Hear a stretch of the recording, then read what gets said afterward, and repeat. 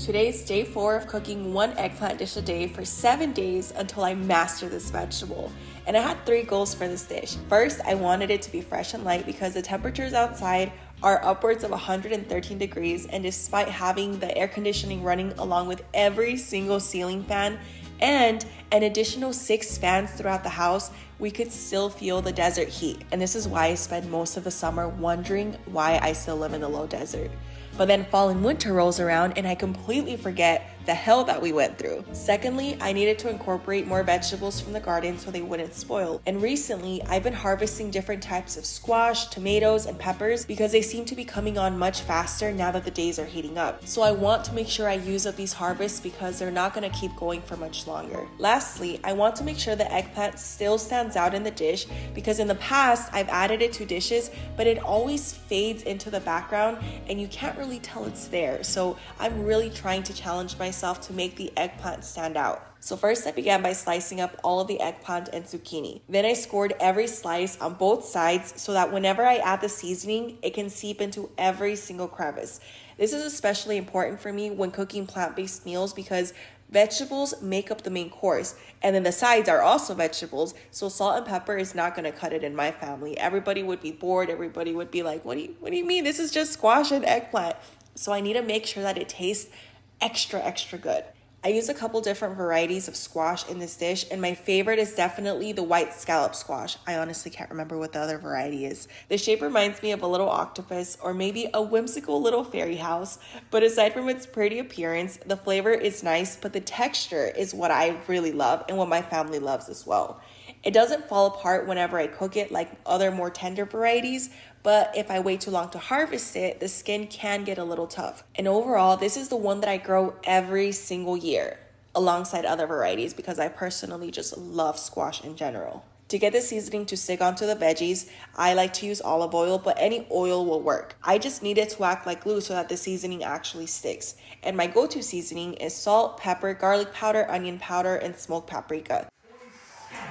As Buster and his dog burst into the room, he fell asleep in front of the TV. Woody tried reaching. This is my only chance. To do what, Woody?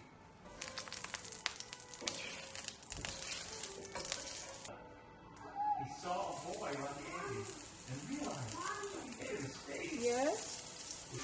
Then he left the nursery. The boy jumped out new buzz. Dirk demanded that new buzz surrender. Aiming his tail knocked Dirk down the elevator shaft.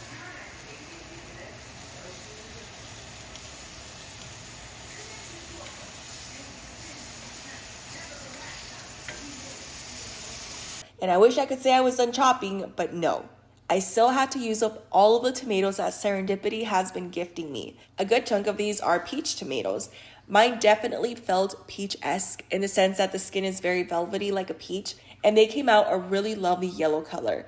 I've found that my yellow and orange tomatoes usually taste very sweet and not very acidic, which is probably why my family really likes them because they're very picky with tomatoes. But the red ones usually have more of a tart and tangy flavor, but also can have a lot more depth depending on the variety. And those are the ones that I really like. I usually use the orange and yellow ones as snacks in the garden, and I use the red ones to cook with.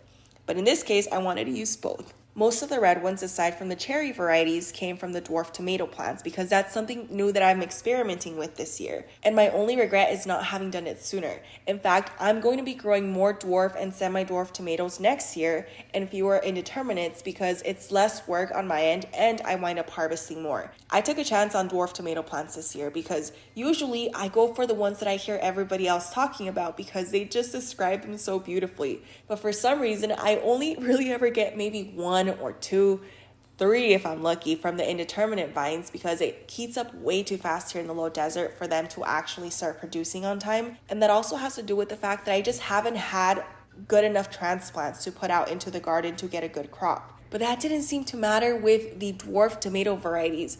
Those plants just kept pumping out tomato after tomato week after week while I waited for these indeterminate vines to finally start producing, and all they really gave me was leaves. So next year, I'm definitely going to focus a lot more on growing some dwarf and semi-dwarfs because it was just way less work and I was so happy to get basket after basket of tomatoes.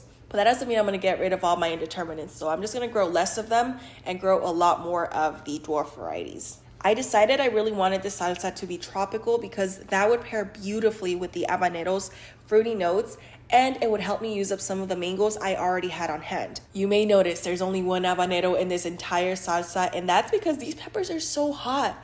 I see them at the store all the time, and they're pretty expensive. They're around $4 to $5 a pound, and Serendipity has been pumping them out like they're candy or something, but I don't know what to do with them because they're so spicy. So I only added one because I knew one would be way more than enough. Otherwise, my kids and my husband would not be able to handle it. And realistically, I probably wouldn't either because these peppers are not to be played around with.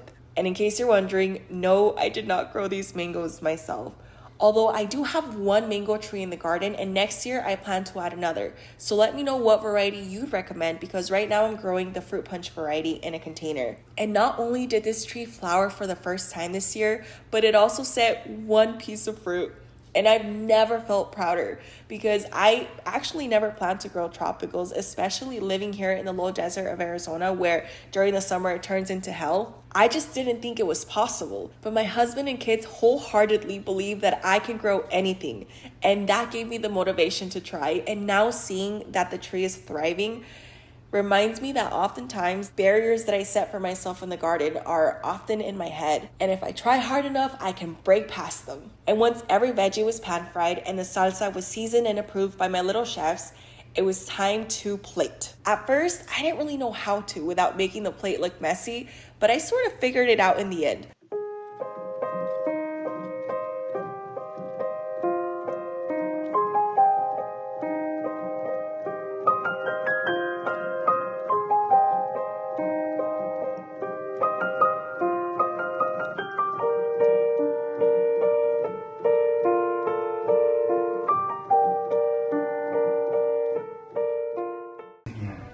It was the first Christmas in the new house, and Andy was opening his presents. Woody smiled. Buzz Lightyear, That's you so are yummy. not worried. Arrow next to your field in the HOA. And if you're on that road, be sure to have plenty of smart. Always gives playlist privileges. Period. Anyways.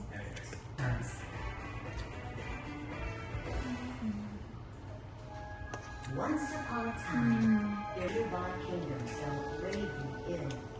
The whole kingdom searched for the... Now it's time for the moment of truth. Did I or did I not accomplish all 3 goals for this dish? The first goal was to keep it fresh and light, and this dish was definitely very fresh and very light. The mango salsa was very tropical, the veggies were seasoned well, and that paired with steamed white rice was magical. Nothing felt too heavy or too greasy, instead it felt very juicy. The second goal was to incorporate more vegetables from the garden so that they wouldn't spoil, and I felt like I did that. I used up quite a bit of vegetables for this dish, but not only did I use them up, my family actually ate all these vegetables. And the last goal was to make the eggplant stand out in the dish, and I did not accomplish this goal. The dish itself was delicious, but is the eggplant in the room with us right now? Because it vanished. Maybe if I had switched up the seasonings or maybe prepped it another way to make it stand out, it could have had its moment. But honestly, I feel like that would have been really tough going up against the mango salsa because that one really stole the show. And that's what my family really raved about. And personally, I did too. I mean, next year, I'm looking forward to those peach tomatoes again because I want that mango salsa. I'm craving that mango salsa. But the eggplant, while it tasted good, it didn't necessarily stand out. So I know that for the next dish, I need to step up my game and make sure that the eggplant tastes extra good compared to all the other veggies.